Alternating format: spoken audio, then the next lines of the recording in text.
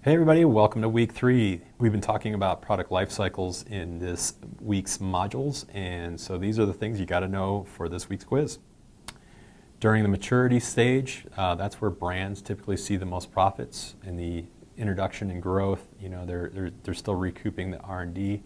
At the maturity phase, the product's sort of on autopilot, so to speak, and that's where the brand's recouping that R&D and all that effort to promote it, and is actually starting to turn a profit at that point. So as a marketer, you're going to be working with product managers and retailers to create category management, which basically says how do we manage or how do we create enough products so that we've got our consumers covered, but also don't overwhelm ourselves or create too many SKUs, right? So it's too many units out there that are going to create a glut in the industry. And so as a marketer, your job is to constantly evaluate where do we stand as a brand versus our competitors, what do our retailers need, what are they saying, and how do we best manage all these different categories so that we're hitting all the different price points, we're hitting all these different types of different technologies, or whatever the case may be, and addressing what our consumers need. Typically speaking, when we talk about specialty products, there's tremendous brand loyalty. So whether you've thought about it or not, you're probably pretty loyal to a product that's unique and that has created something of value in your life. And the example that comes to my mind is like something in the backcountry. So like if you're familiar with using a certain type of beacon that has, it's a specialty product. You don't see that in other industries, obviously, but it's something you're familiar with, and it's probably something you're going to stick with because you feel comfortable using it, you understand how it works, and it gives you a good sense of value for what you paid for it, so you're probably going to stay loyal to that particular brand.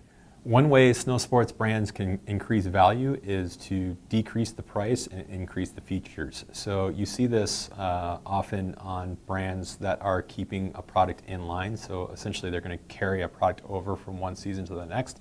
The price of that product may actually come down, but they may add on small little features that make it stand out or make it new for that next given year.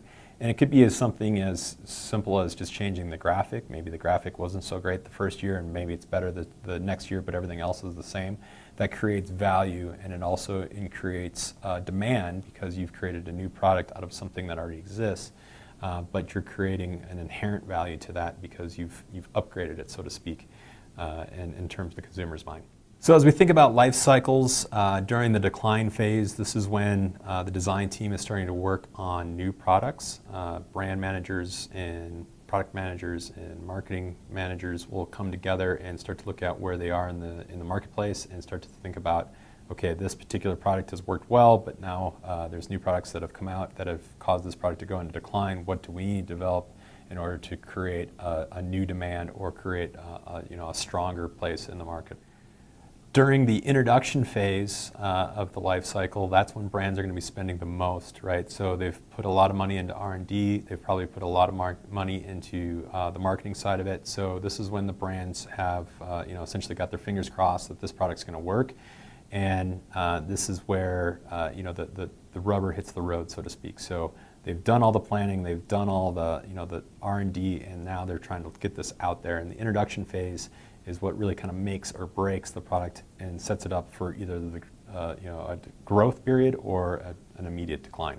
As such, the introduction phase is also where if a product is going to fail, it's probably likely going to happen in that introductory period, because if it doesn't catch on, it's never going to really recoup the funds. And so if you see a product kind of wavering during that introduction phase, that's kind of a scary moment.